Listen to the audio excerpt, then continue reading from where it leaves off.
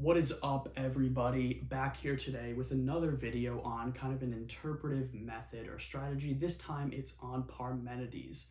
So you may have been wondering why should I read Parmenides? He was this old dude. He didn't have access to science. He didn't have access to modern analytic philosophy.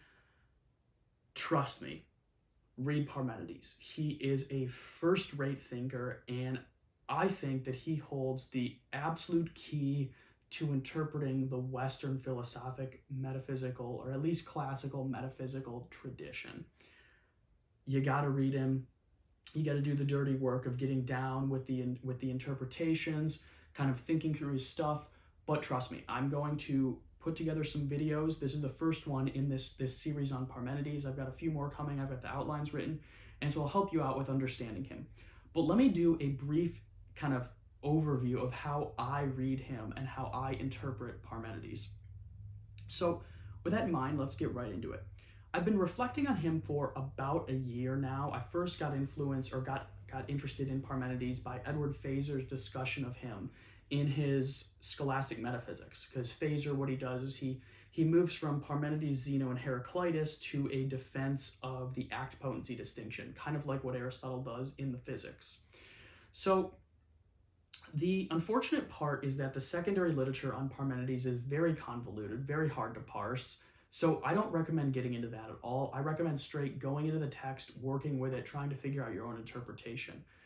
And so let me give you mine. It stems mainly from a guy named Eric Pearl, who is he works in classical metaphysics. He wrote his dissertation on Maximus the Confessor.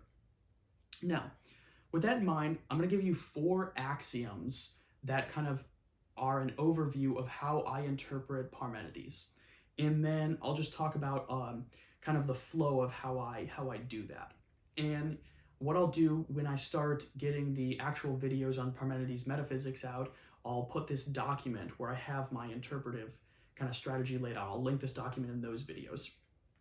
So my first axiom is seemingly uncontroversial, but trust me, it's kind of controversial in the secondary lit at least, but it's that Parmenides actually believed his arguments. I know, but I actually think that Parmenides believed what he was saying. Parmenides believed what he was saying. Some people don't. Some people in the secondary lit, if you go read the Stanford Encyclopedia and check out the links and everything, they do not believe that Parmenides actually believed what he was saying.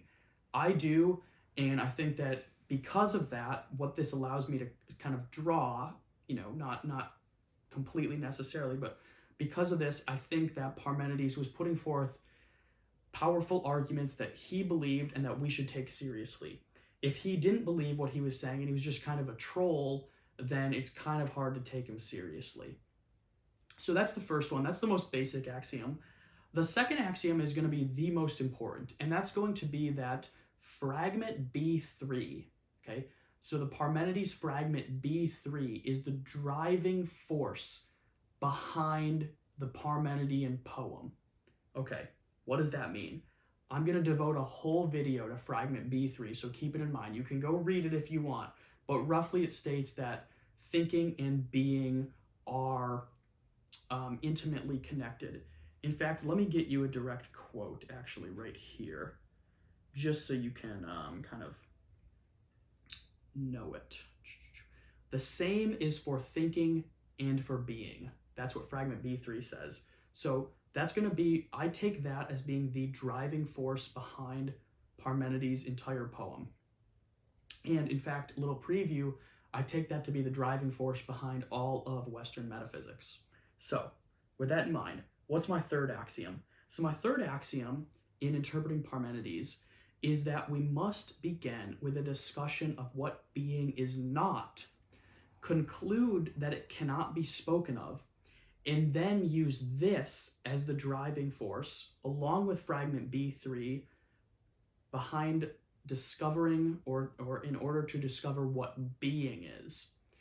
I'm going to spell this out when I summarize the video, but basically what I do is I interpret Parmenides by first looking at what being is not, and then conjoined with Fragment B3, we can use Fragment B3 in the discussion of what being is not to investigate what being is. So That's the third method or axiom. And then the fourth axiom, Parmenides must be read in the context of his Milesian predecessors, specifically Thales, Anaximander, Anaxagoras, Heraclitus. Anaximander is a really good guy to kind of think about and wrestle with. I think he deserves his own separate study. Maybe I'll get into that at some point. He's really, really interesting. I wrote one of my papers in my class on him earlier this semester. So with these three axioms, or four axioms in mind, basically the way I've interpreted Parmenides is as follows. So I'm going to read this. First, I start by assuming that he actually believed what he had to say and that his arguments are to be taken seriously. This allows me really to enter into his shoes and defend him as much as I can, which leads me to pushing the arguments to their limit. So for example, in the Sophist, in Plato's Sophist, the stranger, who's a character in the dialogue, is critiquing Parmenides' monism. And so by assuming that Parmenides actually believed what he said, in interpreting and writing about this argument in the Sophist, I had to really enter into Parmenides' shoes and continuously ask myself, okay, if I respond like the stranger does, how would Parmenides respond? And then by doing that, what I ended up doing is I went beyond the text and said, okay, well, the stranger could respond to Parmenides' response to the stranger's original argument, and then Parmenides could respond again. And so basically I have this chain of argument, counter-argument, counter-counter, counter-counter-counter, counter-counter-counter-counter, and so on. And this allows you to really push an argument to their limit. So that's going to be really important. And it's going to be referring to axiom 1. So next, I take the goddess's claim. So the goddess is the character in Parmenides' poem that is helping him to understand being and non-being. I take her claim that non-being cannot be spoken of and explain why this is the case. So since being and non-being are the two routes to be taken, and according to the goddess, non-being leads to paradoxes, we must follow the route of being. Okay, so that is going to be my other method of reading about non-being first, and seeing why speaking about and talking about non-being is incoherent. Now, this conclusion depends on a reading of Fragment B3, because Fragment B3 eliminates the counter-assumption that we can enter into these paradoxes. So basically what happens is, you start with non-being, and as the goddess argues in the poem, Parmenides writing the poem, the goddess being the character in the poem, as the goddess argues, non-being cannot be spoken of because it leads to paradoxes. Now somebody could respond and say, oh, well, we can just go right into those paradoxes and, screw philosophy, whatever, being is totally unintelligible. However, Fragment B3, my interpretation of it following Eric Pearl, is that being is intelligible. So because of Fragment B3, we cannot say that we can enter into unintelligibility and unknowability. And that means, because non-being is unintelligible and unknowable, we have to eliminate non-being as being spoken of or thought of.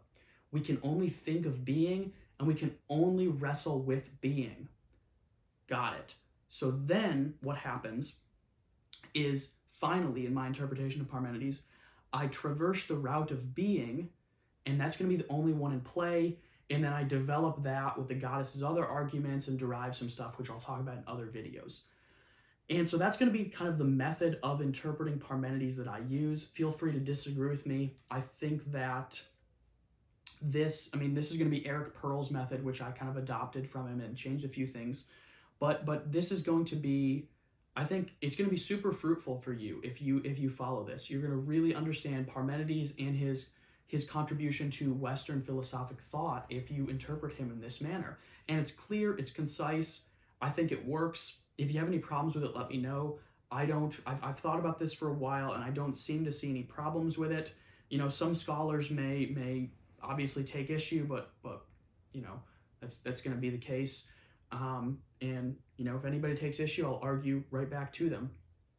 So that's going to be how I interpret Parmenides. In the next kind of video on Parmenides, I'm going to start to lay out the background, the historical background. I'm going to do a brief mention of Thales and maybe Anaximander if I have some time. So keep an eye out for that, and